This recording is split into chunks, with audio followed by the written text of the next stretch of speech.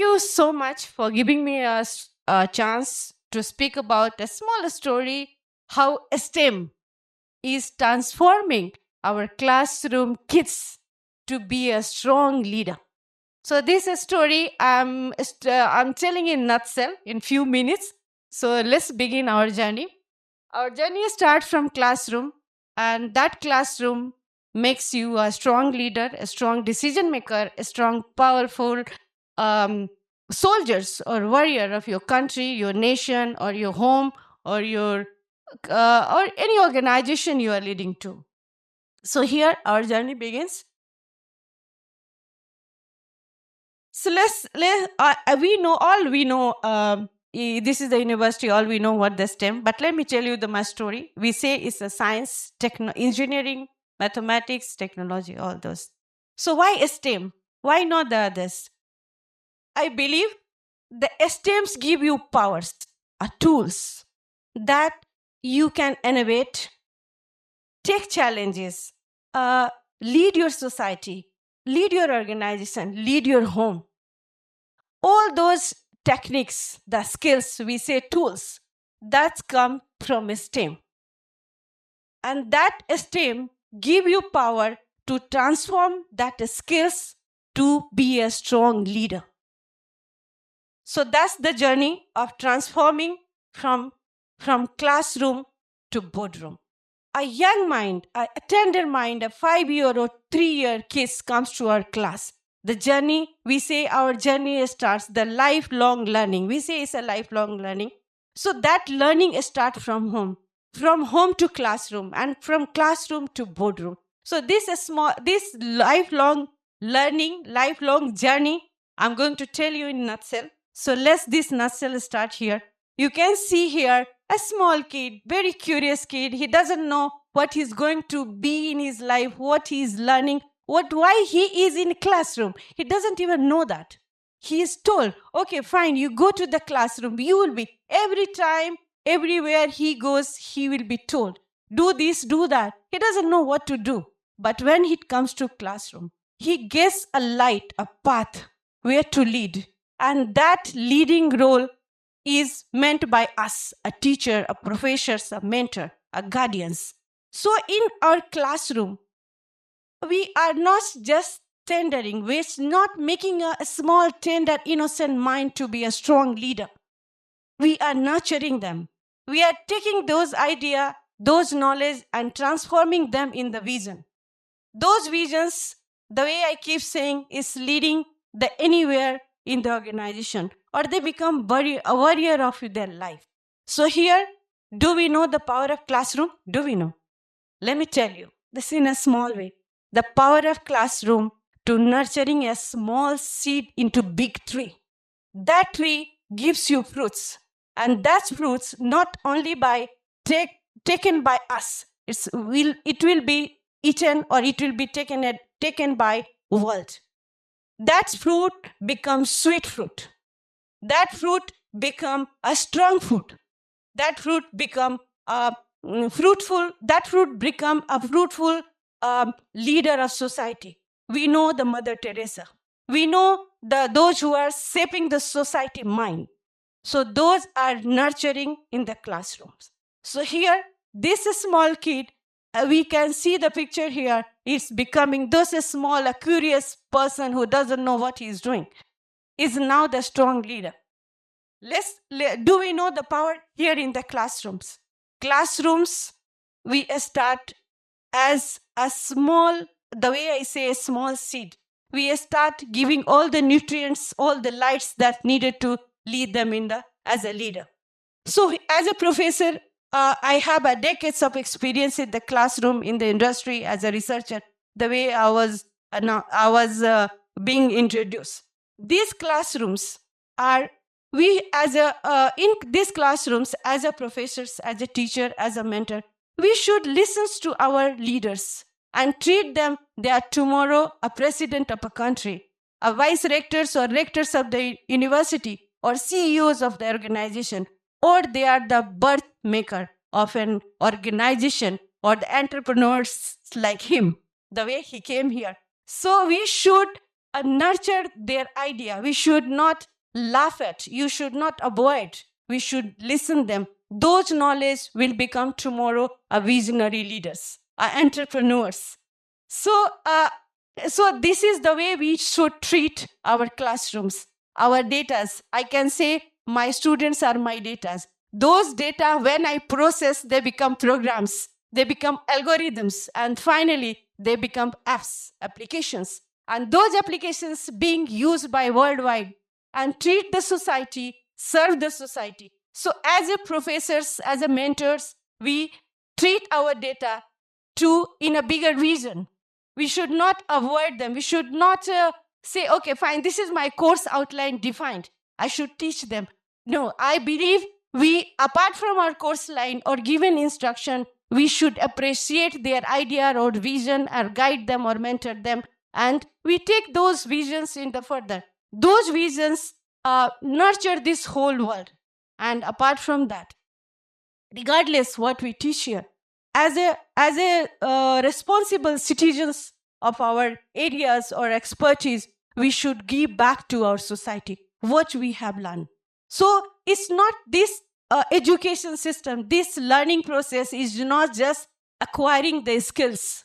When we acquire the skills, we are returning back to the societies. For example, of our doctors, well, they are being trained in the classroom, but when it's demands of the profession, when go to the society, they are serving our society, regardless there are pay scales, regardless the monetary gain what they do. So those kind of mindset we need to train in the classroom. These classrooms are birthplace of our warriors, our entrepreneurs, our leaders, our presidents, and our society makers. So here, the power of classroom, I said, the way I said, is not just experiments and learning or acquiring the skills or finishing out the course line and take the exams and grade it. Our job is to nurture them, as I said, from a learner to leader. When our learning starts from, it's a lifelong learning. We keep learning. Still I'm learning. So lifelong learning is what? When as a mother, as a parents, our job is to encourage our child. These days, the children are going to the school at the very tender age, like 2.5 and 3 years. They don't know even where they are going. Sometimes you wonder why they're asking, why we are going to the school? Why we are wasting our time? Better we'll play. Or better we'll do something. These schools are boring. We are not learning anything. So what we'll do after learning these alphabets or 1 or 2, 3? There is no point. But when those minds are nurtured.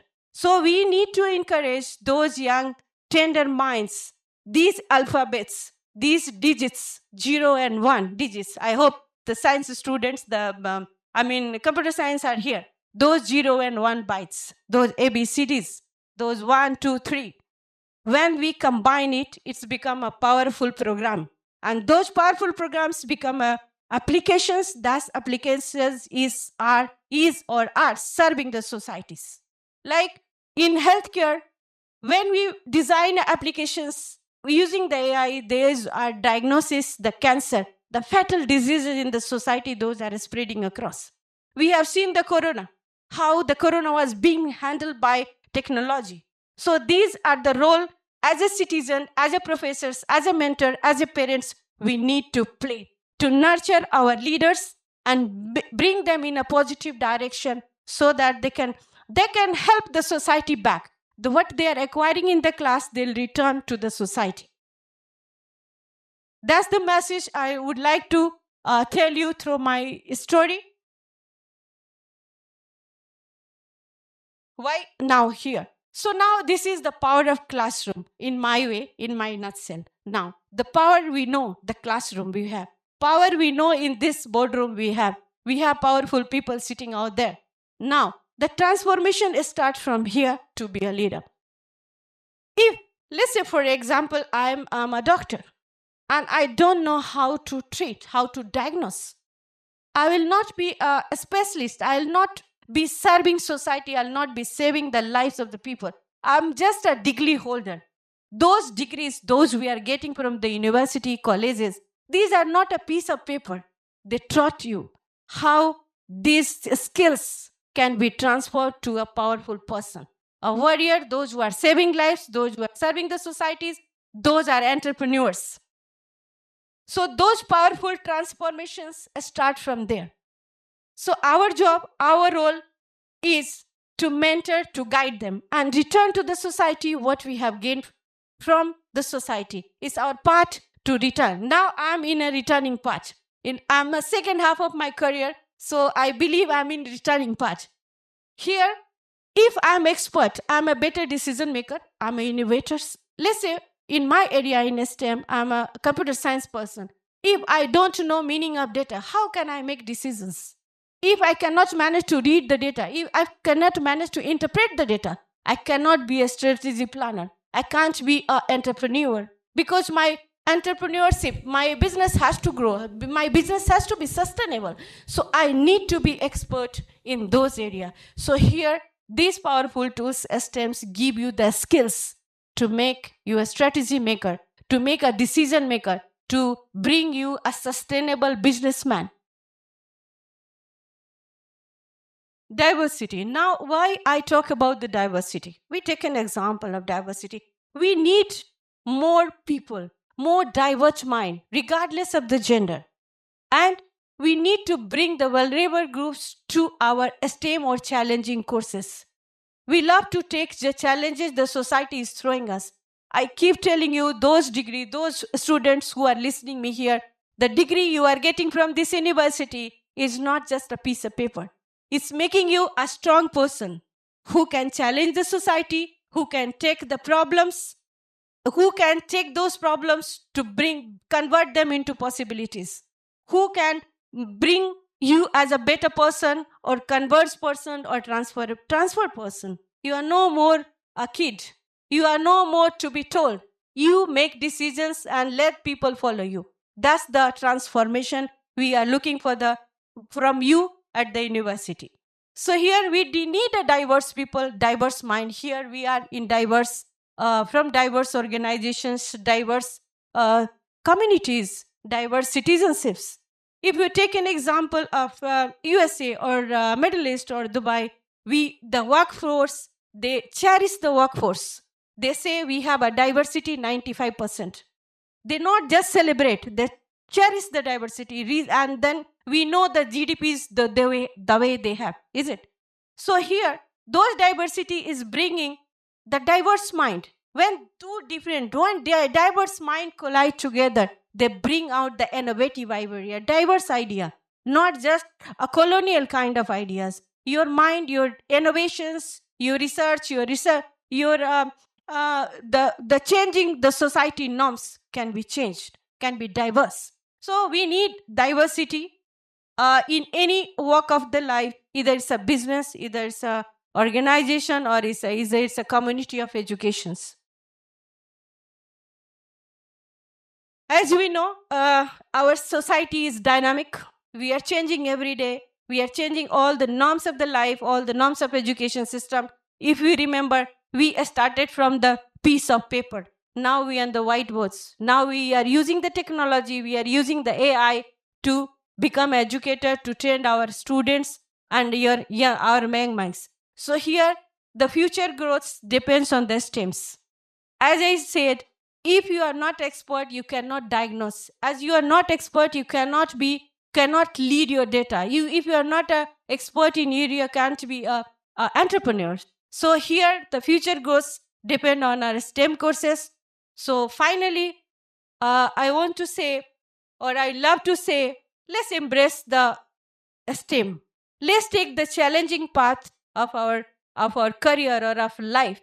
Let's change, let's break the norms, let's push the boundary using your skills, using your knowledge, the one you are provided at the classroom, and make it a visionary leader.